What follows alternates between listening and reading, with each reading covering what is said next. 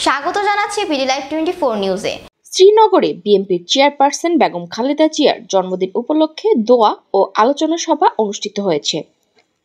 মুন্সিগঞ্জ জেলার শ্রীনগরে বিএনপির চেয়ারপারসন সাবেক প্রধানমন্ত্রী বেগম খালেদা জিয়ার জন্মদিন ও দোয়া মাহফিল ও আলোচনা সভা অনুষ্ঠিত হয়েছে। শুক্রবার বিকালে শ্রীনগর উপজেলার কোলাপাড়া ইউনিয়ন ৮ ও ৯ নং ওয়ার্ডে বিএনপির উদ্যোগে দক্ষিণ পাইকশা মাদ্রাসার মাঠে এ কর্মসূচি অনুষ্ঠিত হয়।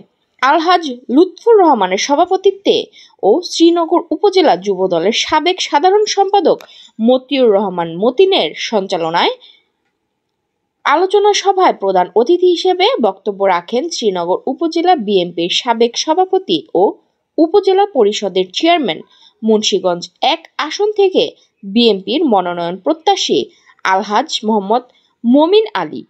বিশেষ অতিথি হিসেবে বক্তব্য রাখেন সিরাজদি খান উপজেলা বিএনপির সাবেক সভাপতি আব্দুল কুদ্দুস ধীরন, ঢাকা মহানগর দক্ষিণ বিএনপির যুগ্ম আহ্বায়ক ফরহাদ হোসেন, শ্রীনগর উপজেলা বিএনপির সাবেক সাধারণ সম্পাদক মোহাম্মদ দেলোয়ার হোসেন, সিরাজদি খান উপজেলা বিএনপির সাবেক সাধারণ সম্পাদক আওলাদ হোসেন মোল্লা, শ্রীনগর উপজেলা ছাত্র দলের সাবেক আহ্বায়ক মোহাম্মদ লিমন মোড়ল প্রমুখ।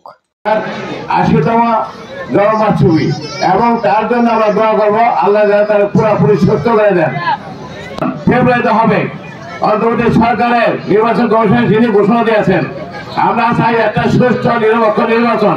সেই নির্বাচন ইনশাল্লাহ সারা বাংলাদেশ ৩০০ আসনে ইনশাল্লাহ নমিনেশন দেবে বিএনপি থেকে। কে দিবে? আমাদের বাংলাদেশ জাতীয়তাবাদী দলের ভারপ্রাপ্ত চেয়ারম্যান, আগামী দিনে ভবিষ্যতের রাষ্ট্রনায়ক জনাব তারেক রহমান সাহেব এবং দলের নীতি নির্ধারক আছে তারা কিন্তু চিন্তা করবে যে ৩০০ আসনে কাকে নমিনেশন দেওয়া যায়, কে যোগ্য, কে জনপ্রিয়তা। তিনটি যারা বেঁধেছেন সেই ধারার মধ্যে আশা করি ইনশাল্লাহ আপনাদের মমিনালি, আপনার কারো কাছে ভাই, কারো কাছে ছেলে, কারো কাছে চাচার বয়স, বাবার বয়স, দাদার বয়স, আশা করি ইনশাল্লাহ আপনাদের আশা করি ইনশাল্লাহ বিচার করে নমিনেশন দেয় ইনশাল্লাহ। মিডিয়া ভাইরা আসছেন, আমি অনেক খুশি হয়েছি। আসলে আজান পড়ে গেছে, আমি দোয়া করবো, আমার জন্য দোয়া করুন, আমি আপনাদের জন্য দোয়া করবো। আমাদের দেশের বেগম খালেদা জিয়া সুস্থ কামনা করি এবং তারেক রহমান সাহেব বিদেশ দেশে ইনশাল্লাহ বাংলাদেশে ফিরে আসবে। আগামী দিন নির্বাচন সুষ্ঠুভাবে হবে।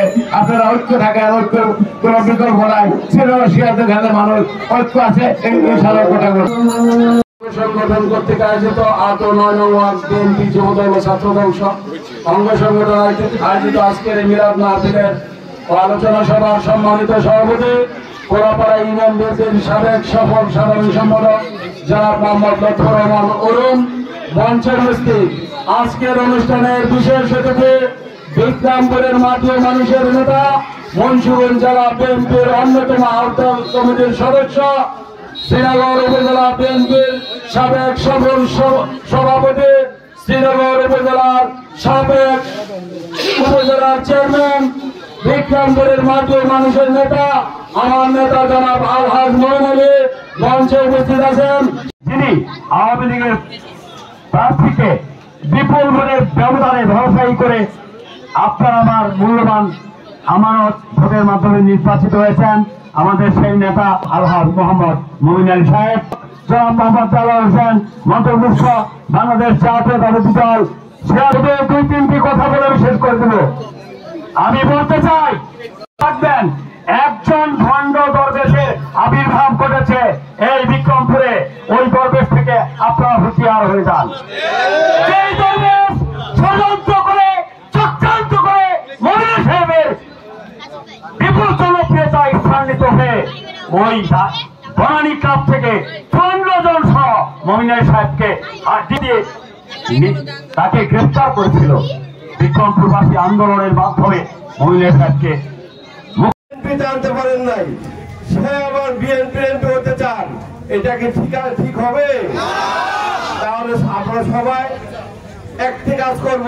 মমিন ভাইয়ের জন্য আমরা ৫ ওয়াক্ত নামাজ পড়ে আল্লাহর কাছে বলবো, আল্লাহ সবকিছুর মালিক আল্লাহ, কিন্তু আল্লাহ কিন্তু উসিলা হিসেবে দুনিয়ায় কিছু লোক পাঠাইছে। সেই উসিলা হলো মমিন ভাই। মসজিদ, মাদ্রাসা, কবরস্থান গরিব মানুষ, গরিবের সাহায্য করেন। অতএব মমিন ভাইয়ের মতো মানুষ যদি এমপি হয়, আপনারা আমরা সবাই নিরাপদ থাকবো ইনশাআল্লাহ।